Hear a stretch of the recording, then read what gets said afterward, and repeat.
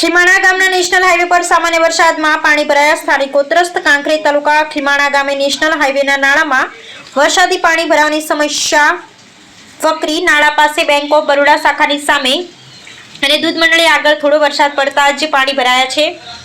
વરસાદી પાણી ભરાતા રસ્તા પરથી પસાર થવું મુશ્કેલ બન્યું.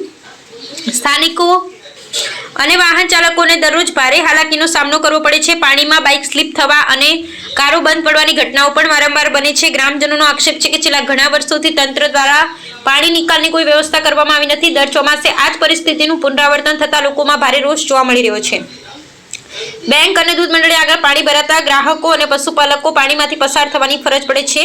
સ્થાનિકોએ તંત્રને તાત્કાલિક નિકાલની કાયમી વ્યવસ્થા કરવામાં આવે તેવી માંગ કરી છે. અહેવાલ રામજીભાઈ રાયગોર.